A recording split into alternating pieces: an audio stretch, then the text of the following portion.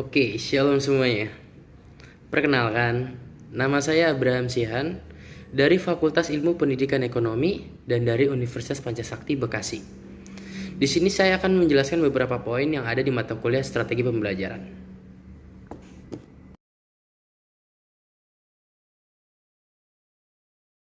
Poin pertama, strategi pembelajaran berbasis masalah.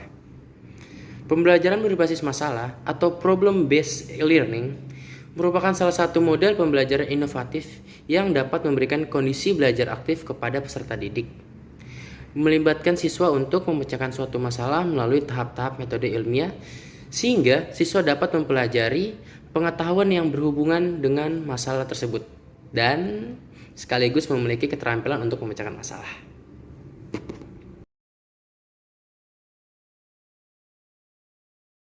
Selanjutnya, di sini ada kelebihan dan kekurangan strategi pembelajaran berbasis masalah. Kelebihan. Poin pertama, pemecahan masalah atau problem solving merupakan teknik yang cukup bagus untuk lebih memahami isi pelajaran. Poin kedua, pemecahan masalah atau problem solving dapat menantang kemampuan siswa serta memberikan kepuasan untuk menemukan kemampuan baru bagi siswa. Poin ketiga, pemecahan masalah atau problem solving dapat meningkatkan aktivitas pembelajaran siswa. Dan poin terakhir, pemecahan masalah atau problem solving dapat membantu siswa bagaimana mentransfer pengetahuan mereka untuk memahami masalah dalam kehidupan nyata.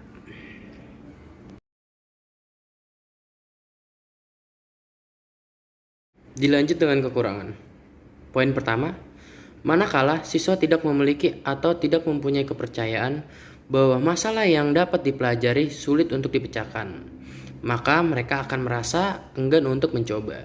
Poin kedua, keberhasilan strategi pembelajaran melalui problem solving membutuhkan cukup waktu untuk persiapan. Poin terakhir, tanpa pemahaman mengapa mereka berusaha untuk memecahkan masalah yang sedang dipelajari, maka mereka tidak akan belajar apa yang ingin mereka pelajari.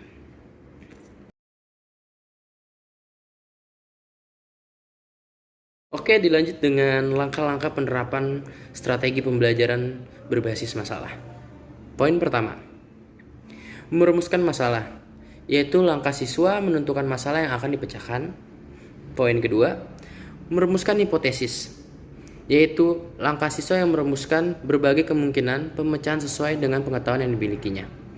Poin ketiga, menganalisis masalah, yaitu langkah siswa menuju masalah secara kritis dari berbagai sudut pandang. Yang keempat, mengumpulkan data, yaitu langkah siswa mencari dan menggambarkan informasi yang diperlukan untuk pemecahan masalah.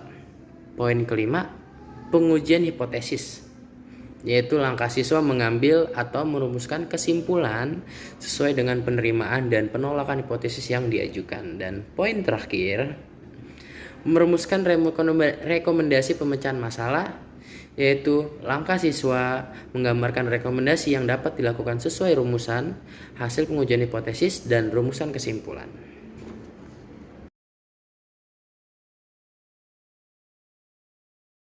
Oke, dilanjut dengan poin kedua yang saya akan paparkan. Strategi pembelajaran peningkatan kemampuan berpikir atau disingkat dengan SPPKB. Strategi pembelajaran peningkatan kemampuan berpikir merupakan strategi pembelajaran yang bertumpu kepada pengembangan kemampuan berpikir siswa melalui telaah fakta-fakta atau pengalaman anak sebagai bahan untuk memecahkan masalah yang akan diajukan.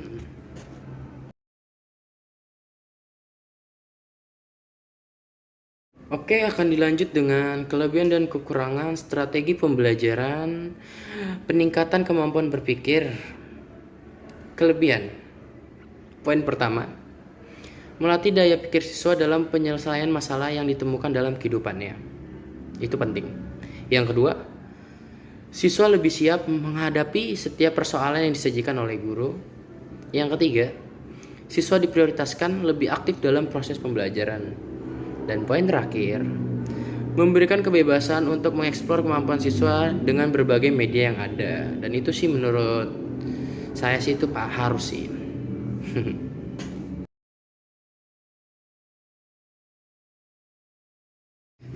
Dilanjutkan dengan kekurangan.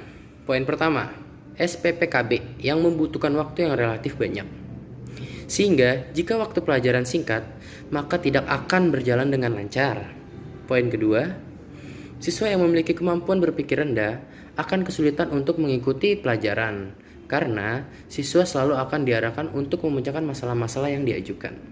Poin ketiga, guru atau siswa tidak memiliki kesiapan akan SPPKB akan membuat proses pembelajaran tidak dapat dilaksanakan sebagaimana seharusnya, sehingga tujuan yang ingin dicapai tidak dapat terpenuhi. Dan poin terakhir, SPPKB hanya dapat diterapkan dengan baik pada sekolah yang sesuai dengan karakteristik SPPKB itu sendiri.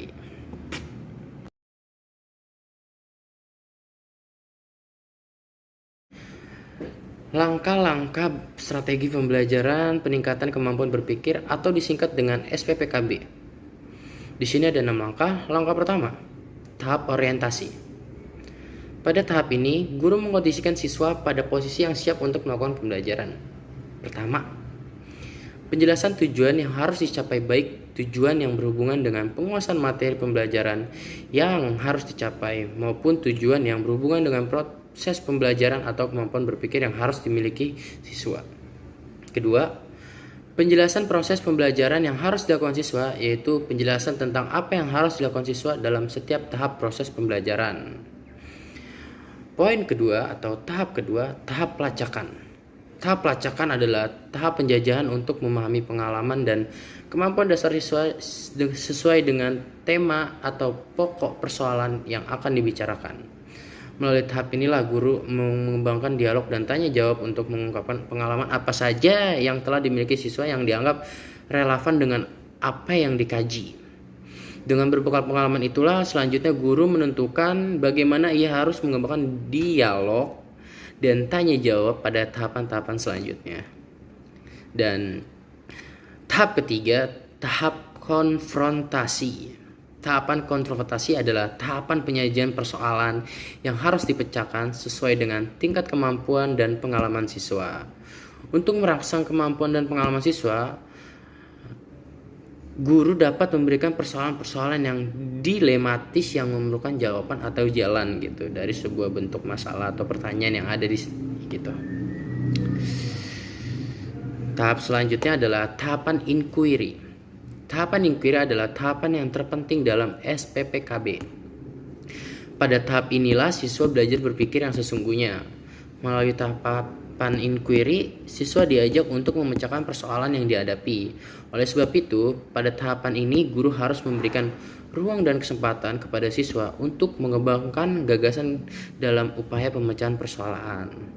Melalui berbagai teknik ataupun metode bertanya, guru harus menumbuhkan keberanian siswa agar mereka dapat menjelaskan, mengungkapkan fakta sesuai dengan pengalamannya, memberikan argumentasi yang meyakinkan, mengembangkan gagasan, dan lain sebagainya. Tahap selanjutnya, tahap akomodasi. Tahap akomodasi adalah tahapan pembentukan pengetahuan baru melalui proses penyimpulan. Pada tahap ini, siswa dituntut untuk dapat menemukan kata-kata kunci sesuai dengan topik atau tema pelajaran. Tahap selanjutnya, tahap transfer.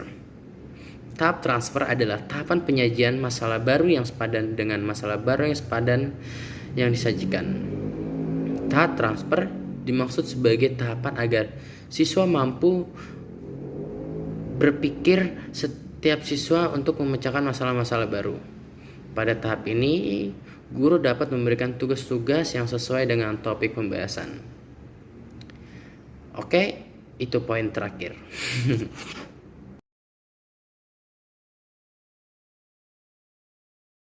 Oke, selanjutnya di sini ada upaya guru ketika menemukan siswa yang kesulitan belajar. Di sini ada 2 poin.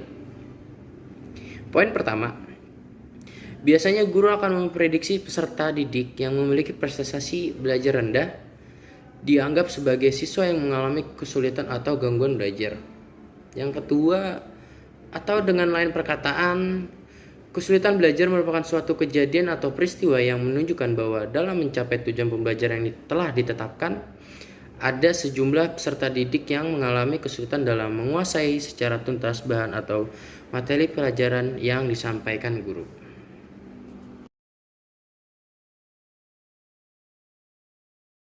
Oke, di sini saya akan menyimpulkan materi yang saya paparkan secara singkat. Kesimpulan yang pertama, penjelasan tujuan yang harus dicapai, baik tujuan yang berhubungan dengan penguasaan materi pelajaran yang harus dicapai, maupun tujuan yang berhubungan dengan proses pembelajaran atau kemampuan berpikir yang harus dimiliki siswa.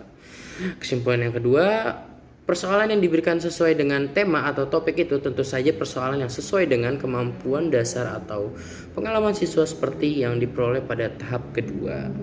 Dan kesimpulan yang terakhir, atau dengan lain perkataan, kesulitan belajar merupakan suatu kejadian atau peristiwa yang menunjukkan bahwa dalam mencapai tujuan pembelajaran yang telah ditetapkan, ada sejumlah peserta didik yang mengalami kesulitan dalam menguasai secara tuntas bahan atau materi yang disampaikan guru, dan itu yang harus sangat penting poin untuk guru-guru semua yang ada di sana ataupun yang di luar sana yang lagi kerja keras.